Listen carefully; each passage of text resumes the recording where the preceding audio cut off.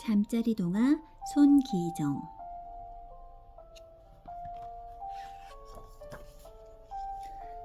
(1936년) 베를린에서 올림픽 대회가 열렸어요. 마지막 날에는 올림픽의 꽃인 마라톤 경주가 열렸지요. 이날 누구도 예상치 못한 일이 일어났어요. 동양의 작은 남자가 우승을 했기 때문이에요. 바로 우리나라 손기정 선수예요. 하지만 월계관을 쓴 손기정의 얼굴에는 기쁨의 빛이 보이지 않았어요. 가슴에 일장기를 단 채 고개를 떨구고 있는 그의 표정에서는 승리의 기쁨보다는 나라를 빼앗긴 슬픔이 엿보였지요. 동네 꼬마들이 마을 앞에서 신나게 뛰놀고 있었어요. 장난을 좋아하는 한 어른이 말했어요. 용순의 집까지 누가 제일 먼저 갔다 오는지 보자. 와! 아이들이 함성을 지르며 우르르 달려갔어요. 그중 한 아이는 다른 아이들이 반도 가지 않았는데 벌써 달려오고 있었어요. 내가 1등! 아이가 자랑스럽게 말했어요. 녀석 정말 빠르군. 동네 어른은 아이의 머리를 쓰다듬어 주었어요. 이 아이가 바로 위대한 마라토너 손기정이랍니다. 손기정은 평안북도 신의주에서 태어났어요. 집안이 가난하여 무척 어렵게 자랐지요. 하지만 착하고 부지런하여 동네 어른들의 칭찬이 자자했어요. 발이 빠른 손기정은 집안 심부름도 도맡아 했어요. 기정아, 이것을 이웃마을 김진사댁에 갖다 주렴. 네, 알겠습니다. 손기정은 불이 나게 뛰어나갔어요. 잘 전해드리고 왔습니다. 아니, 벌써 갔다 오는 거니?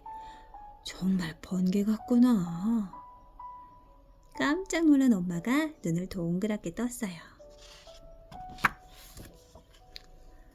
16살이 되자 손기정은 중국 단둥에 있는 회사에 취직했어요. 신의주에서 단둥까지의 거리는 20리, 약 8km에 이르렀어요. 손기정은 20리나 되는 길을 매일 달려서 출퇴근했어요. 기정아, 그곳에 방을 하나 구하는 게 어떻겠니? 엄마가 걱정이 되어 물었어요. 아니요, 전 괜찮아요. 걱정 마세요. 손기정은 씩씩한 목소리로 대답했지요. 손기정은 제2회 동아 마라톤 대회에 참가해 2위로 입상했어요. 이 소식이 전해지자 온 마을이 잔치집처럼 떠들썩했어요. 손기정이 마을에 도착하자 사람들이 우르르 몰려 나왔어요. 정말 장하다. 우리 마을의 경사야. 이웃집 아저씨는 덩실덩실 춤까지 추었지요. 어릴 적에 부지런히 뛰어다닐 때부터 알아봤다고. 마을 사람들은 자기 일처럼 기뻐해 주었답니다. 손기정은 다음 해 동아 마라톤 대회에서 우승하여 우리나라 최고의 선수로 자리 잡았어요. 그 뒤 피나는 노력 끝에 베를린 올림픽 대회에서 우승의 영광을 안았지요. 그때 동아일보는 일장기를 지워버리고 손기정 선수의 사진을 실었어요. 일본은 이에 대한 보복으로 한동안 동아일보 신문을 못 만들게 했대요. 하나 둘, 하나 둘. 소년들이 구령에 맞추어 뛰고 있었어요. 아니, 새벽부터 무슨 소리야?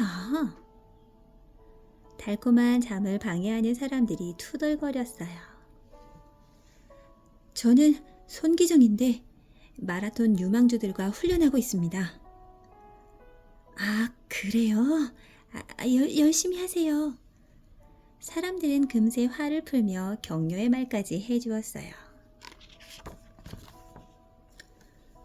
당시에는 육상부가 있는 학교가 거의 없었어요. 선수들은 제대로 연습할 수가 없었지요. 손기정은 신문을 보다가 돈이 많아 보이는 사람이 눈에 띄면 무조건 찾아갔어요. 실례합니다. 저는 손기정이라고 합니다. 아, 올림픽에서 우승한 그 손기정 선생이십니까? 저 마라톤 유망주를 키우고 있는데 후원을 좀 해주십시오. 그게... 그 사람은 난처한 기색을 띠다가 마지못해 얼마간의 돈을 내놓았어요. 손기정은 선수들에게 친근한 아버지와 무서운 호랑이 두 얼굴의 스승이었어요. 배가 고팠던 그 시절 손기정은 선수들을 배불리 먹이고 늘 관심을 가지고 돌봐주었어요. 하지만 일단 연습에 들어가면 혹독하리만큼 심하게 훈련을 시켰어요. 선수들은 아침 일찍부터 높은 산에 올라갔다 와야 했어요. 손기정이 맨 앞에서 뛰니 안 할 수도 없었지요. 손기정은 못하겠다는 선수에게는 매를 들기도 했답니다. 1947년 손기정은 보스턴 마라톤에 참가하기 위해 미국으로 향했어요. 자신이 감독으로 베를린 올림픽에서 3위를 한 남승용이 코치로 서윤복이 선수로 참가했어요. 이때 다시 한번 감격스러운 일이 벌어졌지요. 서윤복이 우승을 한 거예요. 동해물과 백두산이 마르고 닳도록. 그 자리에서는 당연히 태극기가 올라갔고 애국가가 울려 퍼졌지요. 손기정 일행은 감격에 몸을 떨었어요. 손기정 일행이 보스턴에서 돌아오자 수많은 사람들이 열렬히 환영해 주었어요. 이승만 대통령과 김구 선생도 격려를 잊지 않았지요. 모두 손기정 선생님의 가르침 덕분입니다. 서윤복은 모든 영광을 스승에게 돌렸어요. 이후 1950년 보스턴 대회에서는 우리나라 선수들이 1, 2, 3위를 휩쓰는 이변을 낳았어요. 그 뒤에는 언제나 명감독 손기정이 있었어요. 손기정은 평생토록 후배 양성에 힘을 쏟았어요. 또한 우리나라 체육 발전에 혼신의 노력을 기울였어요. 수많은 스포츠 행사에도 참여해 자리를 빛냈지요. 1988년 서울 올림픽에서는 성화 최종 주자로 뛰어 성화대에 불을 붙이기도 했어요.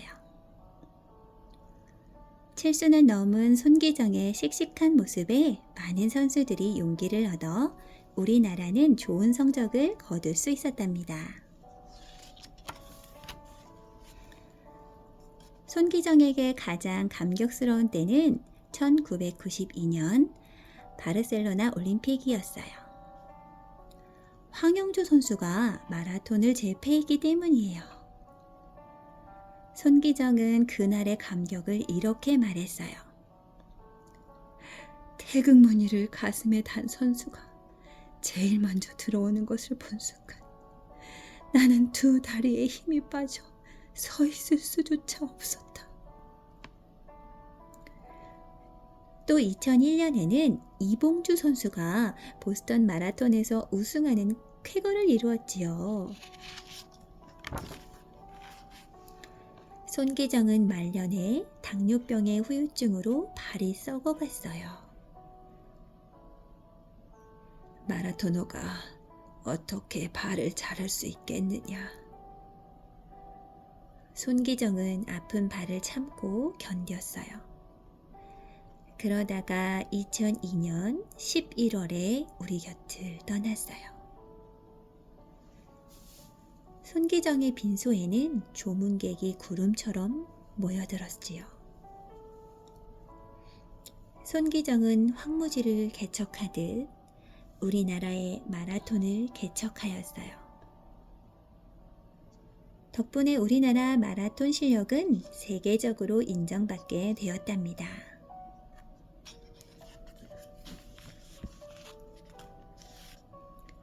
(1936년) 제11회 베를린 올림픽에서 당시 세계 기록을 세우며 마라톤 우승을 한 손기정 선수.